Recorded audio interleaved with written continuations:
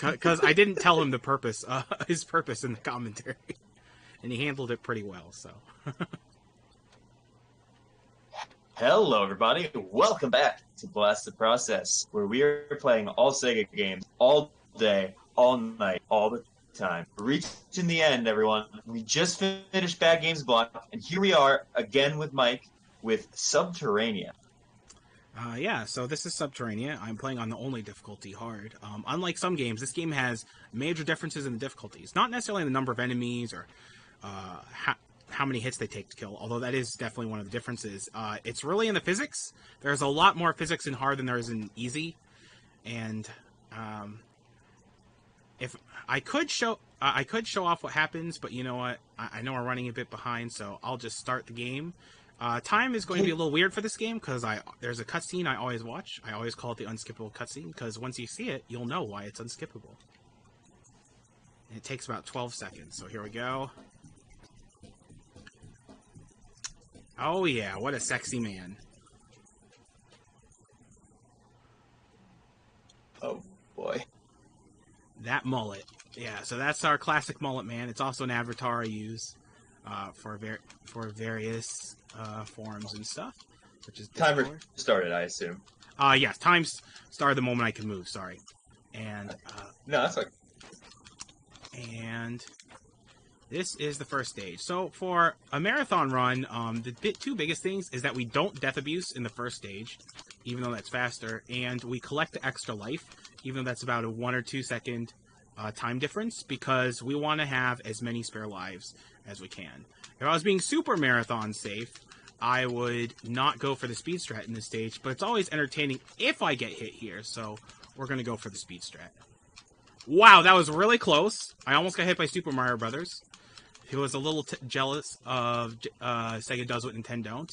And I'm not getting super great luck with this tail. I need to hit, not the tail itself, but the base of the tail. I think I eliminated it.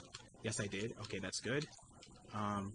So this face is kind of annoying to deal with because I can't get hit by the boogers.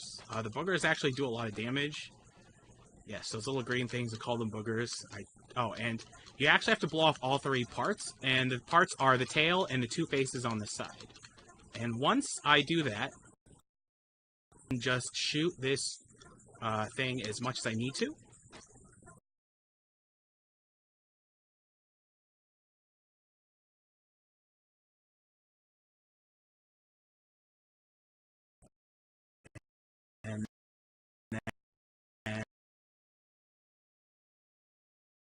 And then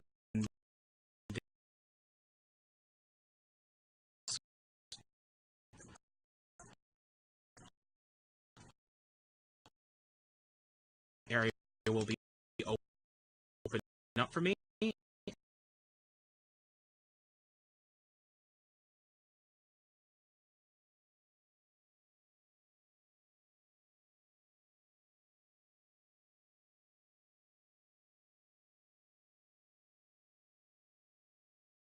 And I can beat stage 2. On hard. So there's a lot more momentum, and your shields are a lot weaker. Full speed, you will actually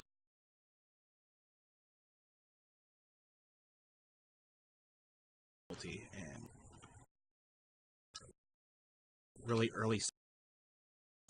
That's fine. I didn't get it.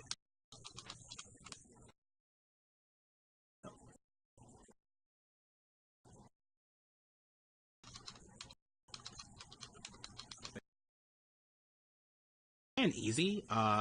There's a lot less physics, and you're a lot less liable to take the one major difference between hard and the other difficult. It's a wall or that's just how good games are, right?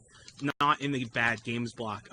Some people call this bad game, and I use bad game. This game I consider awfulsome. The things about this game has a very high production value, especially for 1993. But oh, hello. There are bad things about it. Like, for example, you suck up more fuel than 2 Hummers combined. Like, the game, like, you can read, but actually that you kind of want to grab it actually gets people because it's completely incomprehensible where the triggers are. If you gave up on this game because of Mission 3, perfectly understandable.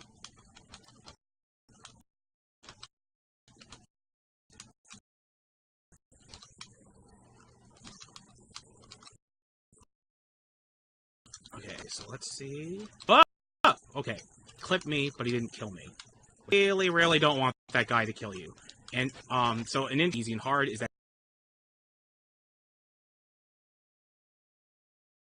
that guy in damage, and you might act boss. If you run into that guy in hard, instantly kill you because of the difference in shields and like how much. Okay, and you can death abuse here and go back to the beginning of the stage. That just saves. Always returns you to the stage starting point, which is awesome because I have it set to very.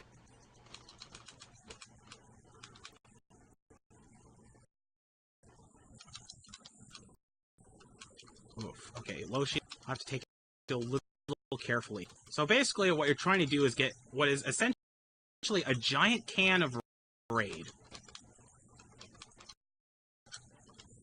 Fire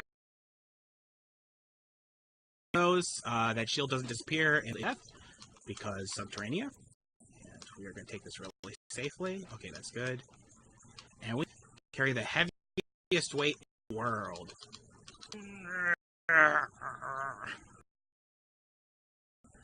It's worth noting that if I like went horizontal at this, like it would be impossible to stop in time to be able to drop this. So that's why I'm taking this rough dug. That's why I call it the world's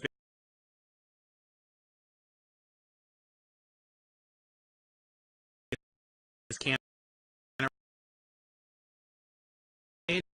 and then.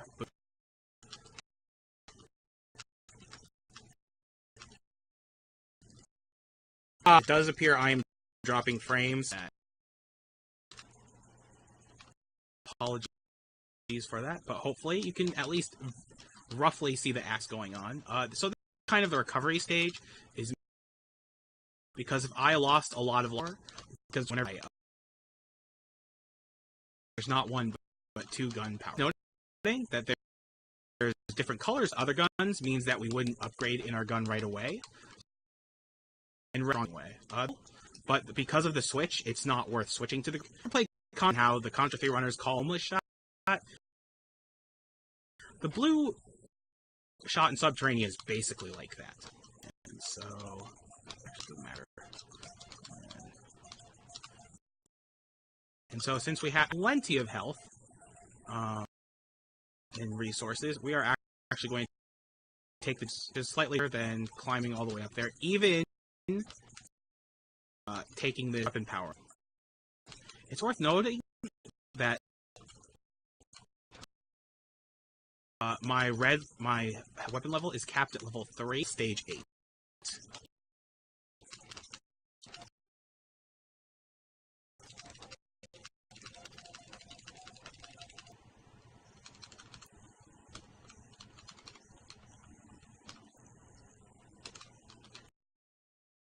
That's past pinball, so that went just.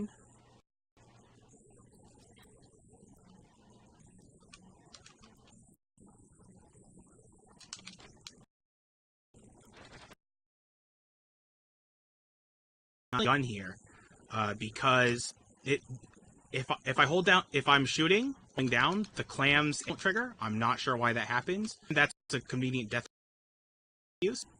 Ton of time.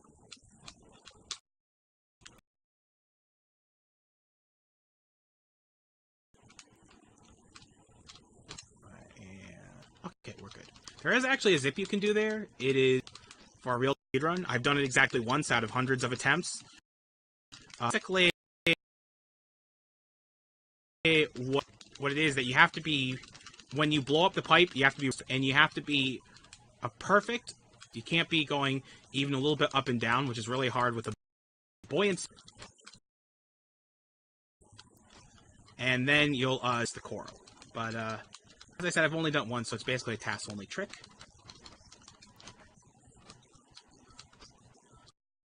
And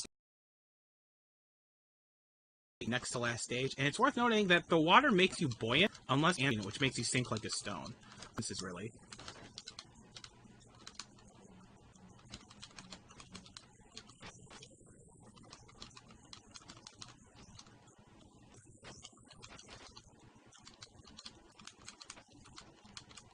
And there we go.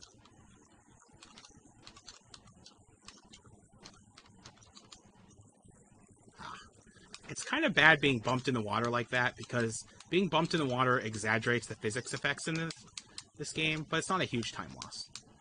It is worth noting the acid meter is because the water is red, and if you stay in it for too long, you will die, because Sub-Terrania. And now we're on the final stage.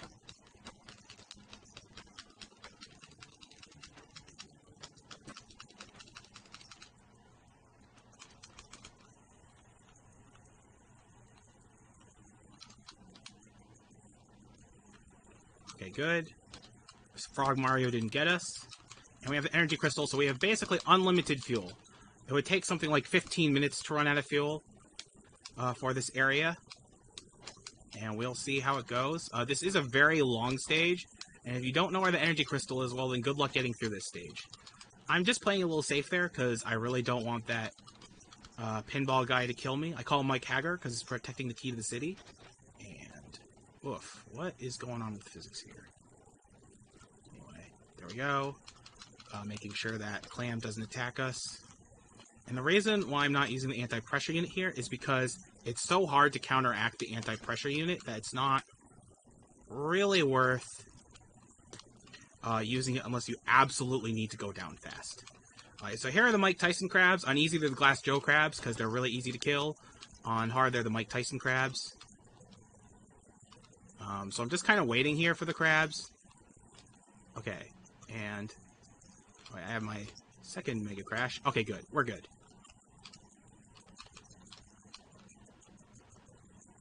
Those crabs killed me. It would have been very bad.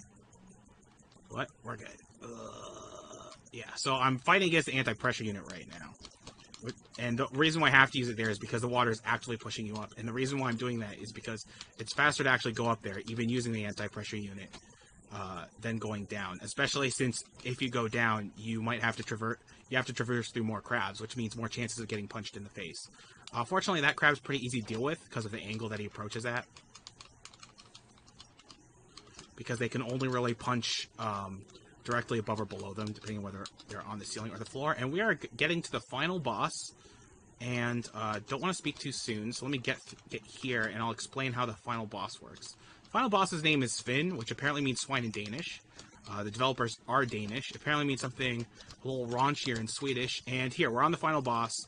So the checkpoint is set, so if I die, I won't go all the way back to the beginning of the stage. And if I die, I will not lose weapon power. As a feature to hard mode, if I die, I only reappear with half my shields, because hard mode, and why not? Wow, and he is not playing nice right now.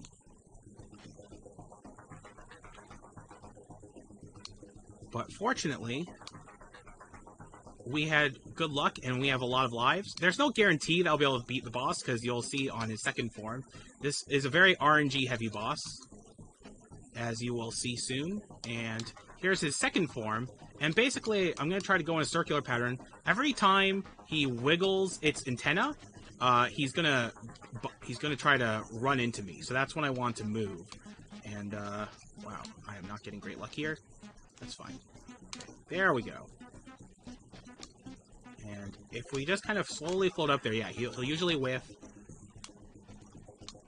And then he doesn't have much health left, so we're doing pretty well, and we're about to get an extra life, because you get an extra life every 250,000 points.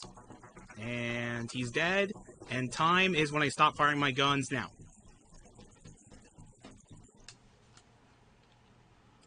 GG. Yeah. Thankfully, the stream stopped messing up near the end there, so we did get to see the end. Okay, that's Very good. I did see the dropped frames. I did drop a lot of frames in the middle of this run, and then it kind of fixed itself, it seems. So it seems like a lot of this run was a chop fest. I'm sorry for that. I don't know if it's the game itself or just the connection to the server to the RTMP server decided to crap out a little bit, but yeah. So this is the hard mode exclusive screen. the championship title belt. This is the only difference between beating the game on the other difficulties and hard mode.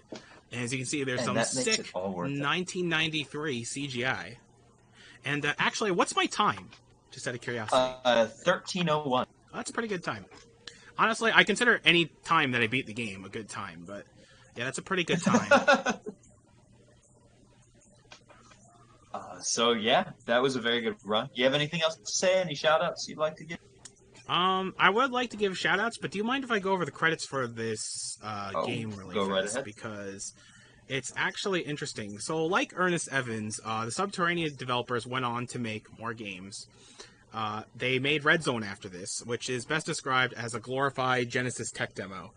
It is very impressive on a technical level. There's full motion video, even though it's red and black, and texture mapping even in the levels, and basically the Genesis equivalent of Mode 7. Also, you can pause this ending for whatever reason if you hold a button. I don't know why.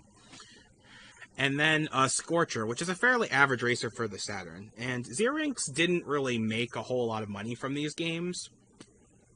But after made these games, and if you look up these names like Moby Games or something like that, you'll see it there. They decided to form IO Interactive, otherwise known as the developers of the Hitman series.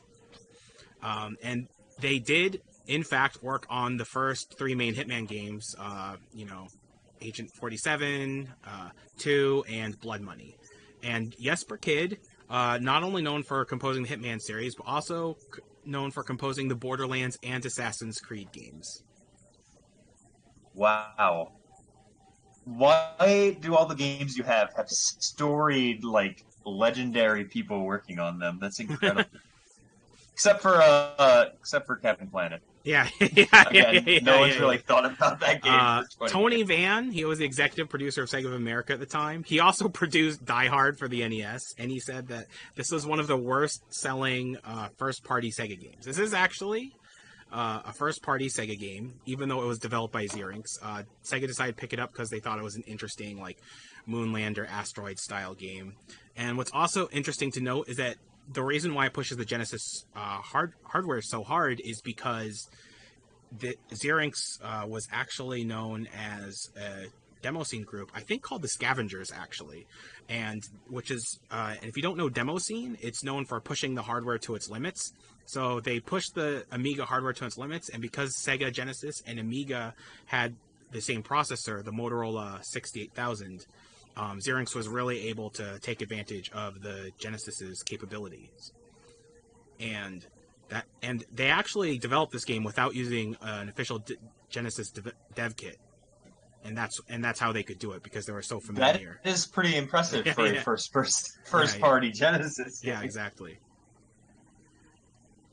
Anyway, that is Sub-Terrania, and thanks for having me, Liz. I just want to say shout-outs to all the organizers for this marathon for, keeping Sega alive, because, Sega deserves its time in the spotlight, too, not just Nintendo. And just a shout-out to, I guess, the speedrunning community in general, and the Kuso community for introducing me, or if not introducing me, at least piquing my curiosity to, try and discover these games. Well, thank you so much, Mike, for those 3 amazing runs. And really appreciate it. Next up, we have Gooby, good old Count Gooby, who will be with us for Shenmue 2. It's a big, very thick run, 3 Cs. So stay tuned for that. We'll be right back.